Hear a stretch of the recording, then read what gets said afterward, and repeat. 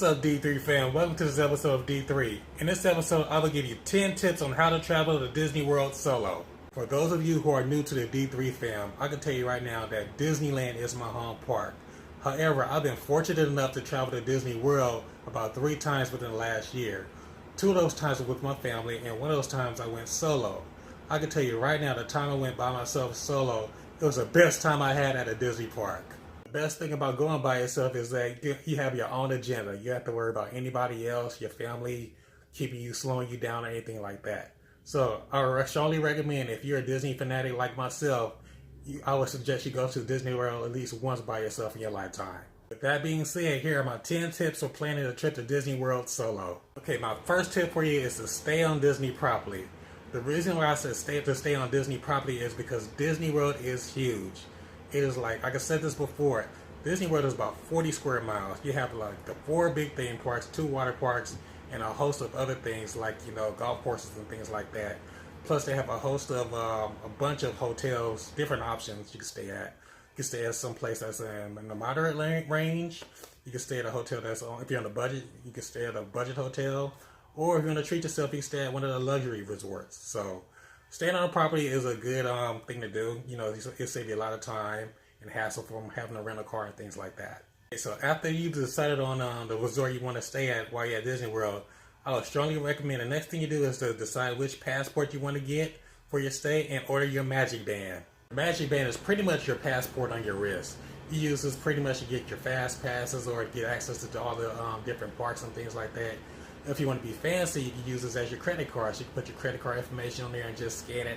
It's when you get your meals and things like that. So it's pretty cool. I like the Magic Band. I think that's a good option for you to have instead of worrying about taking your passport out your wallet each time you want to get on that attraction and things like that. So the Magic Band is a really good thing to have. Brings me to my next tip is to reserve your fast passes well in advance.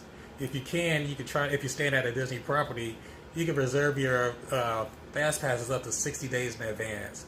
It really takes that long, folks. I mean, some of these attractions like the Flight of Passage over in Animal Kingdom and the new Toy Story Land, the Slinky Dog Coaster, those lines are very long. You can wait standby up to like 2 or 3 hours. So the further out you get your fast passes and get the time you want, the better it is for you, trust me. Next tip pretty much ties in with my first tip, especially if you're staying on Disney property at a Disney resort, is to save your money and do not get a rental car and just use the Disney Magical Express and also use the Disney transportation system throughout the resort. Disney Magical Express is pretty much a free shuttle service from the airport to the Disney World Resort to all of the hotels that are on a Disney property, which is very cool. It saves you a lot of time, a lot of money, a lot of hassle, and all that good stuff.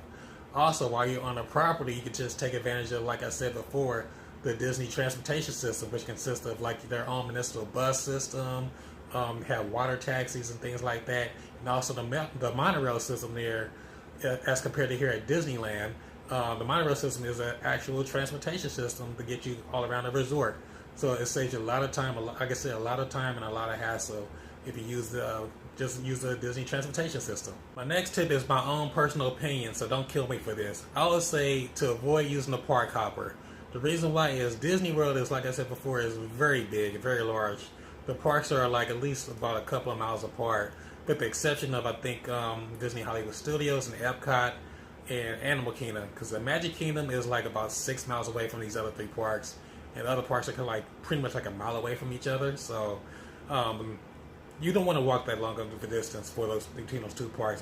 Like I said before, the Disney's Hollywood Studios and Epcot are the only 2 parks you can pretty much walk in between. So I would say avoid getting the park hopper ticket or using the park hopper or doing the park hopping altogether, because it's a big hassle and things like that. It'll just stretch out your time there at the park. So I would just say spend most of your time in one park, and if you really want to park hop, I would say just park hop between Epcot and Disney Hollywood Studios. The next tip is to have a survival pack. If you see my other video that talks about my Disney survival pack, a survival pack is a backpack that have a lot of good goodies in there, like water and things like that, socks, extra shoes, and like rain gear and things like that, because the weather in Florida is very temperamental and it can rain at the drop of a hat. So I would say have a good survival pack or a good backpack. So I would encourage you to watch my other video on my Disney survival pack.